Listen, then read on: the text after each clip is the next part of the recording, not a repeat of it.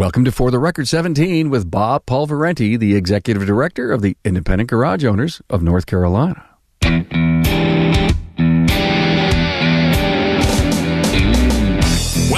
Aftermarket Pros, to For the Record, from the creator of the award-winning Remarkable Results radio podcast. Now, listen to a slice of wisdom, a concept, a sentiment, a theory, and maybe even a rant from one of your industry colleagues. For the Record.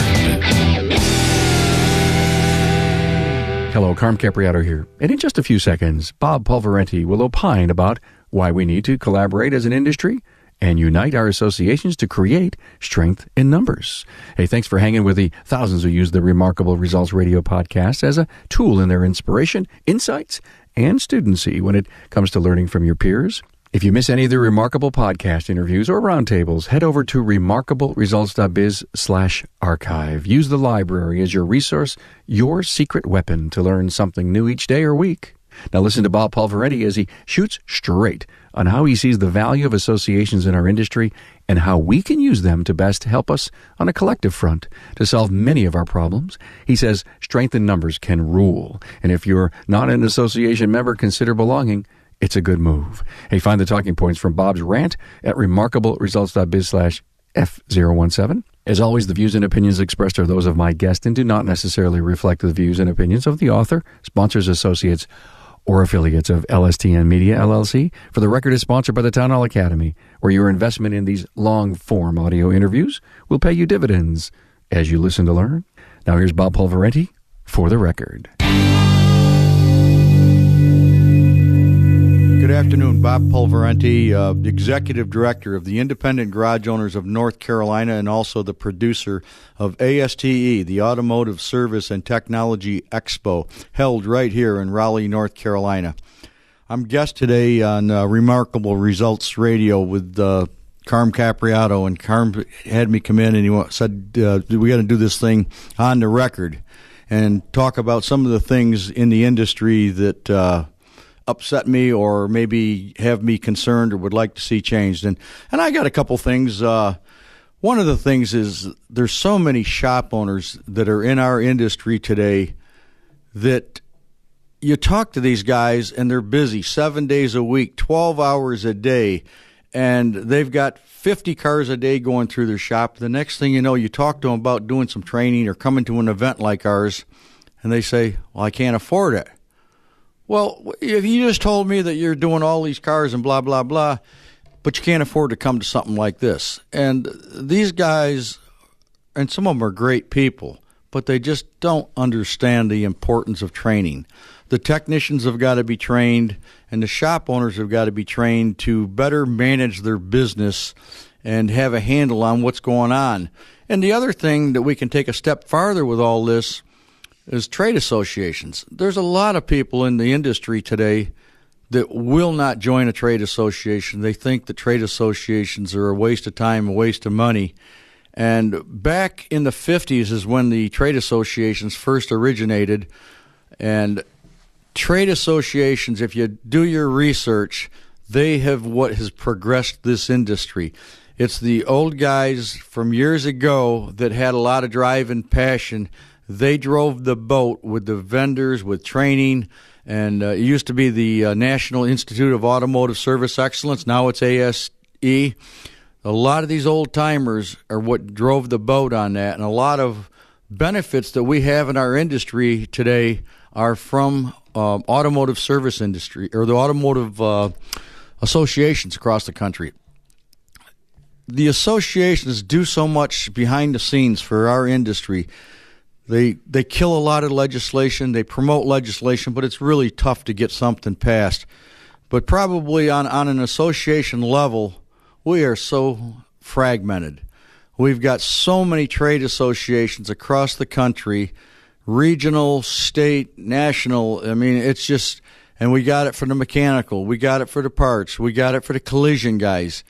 And there needs to come a day when everybody realizes that we're all fighting the same battle. We all have a different message, and we go to these different legislatures, whether it's on a state level or the national level. We don't have the numbers individually as these groups. But if all the trade associations were banded together and we all went under one umbrella, we have got some huge numbers and we got a lot of firepower.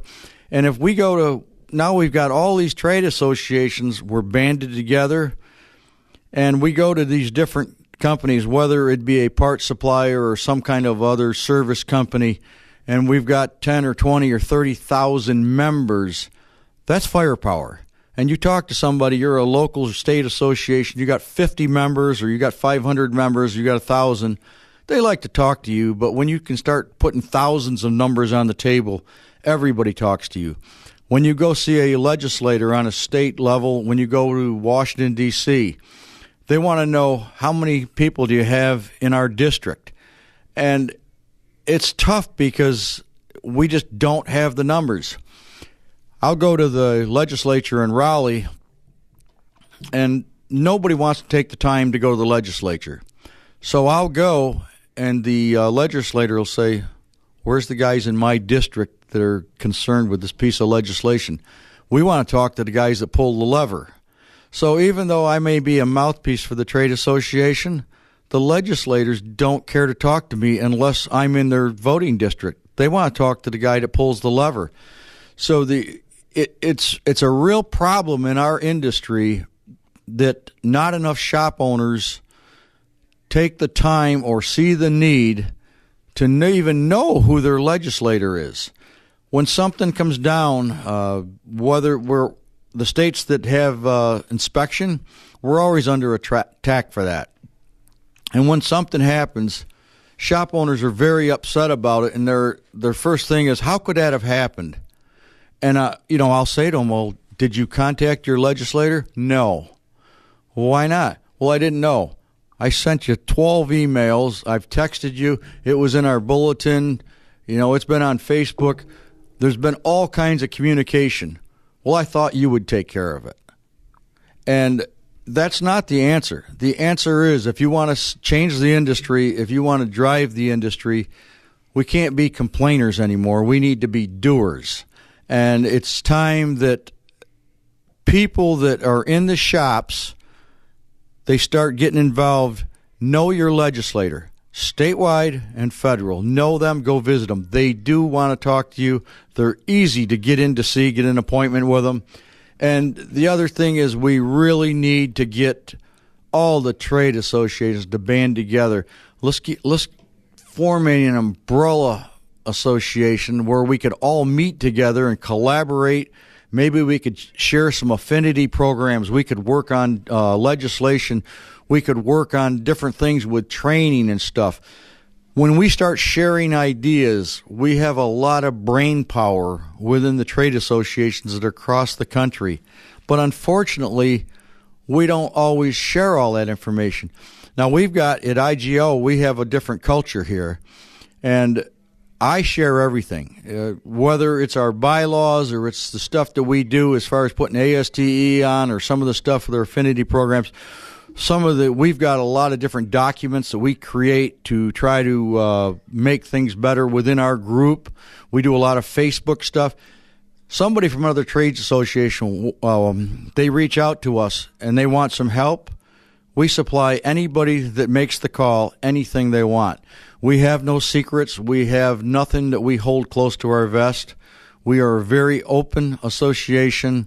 When people come to not only an IGO meeting, but ASTE, our culture is, and it's a culture that all associations need to sort of move towards. Our culture is very simple.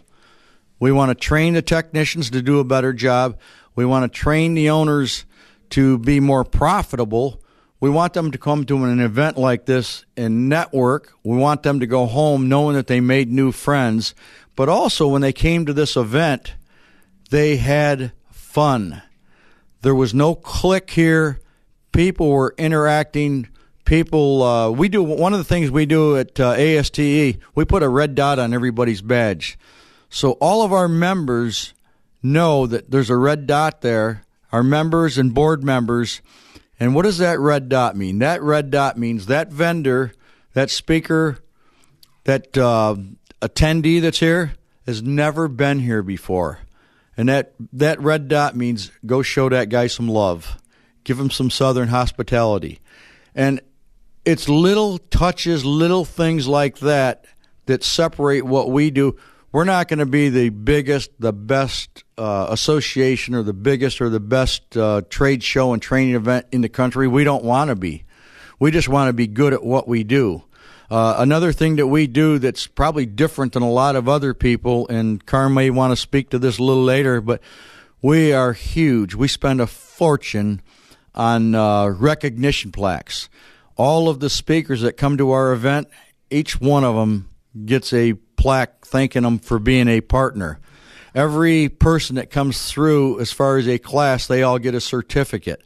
All the vendors that came and participate that are sponsors, they all get a sponsor appreciation plaque, and they're recognized at lunch. So our culture is very big with recognizing people. With that, I'll wrap it up, and thank you, Carm, for letting me talk to the folks.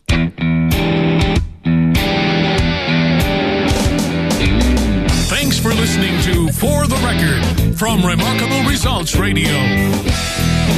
Subscribe to the show on your favorite podcast listening app.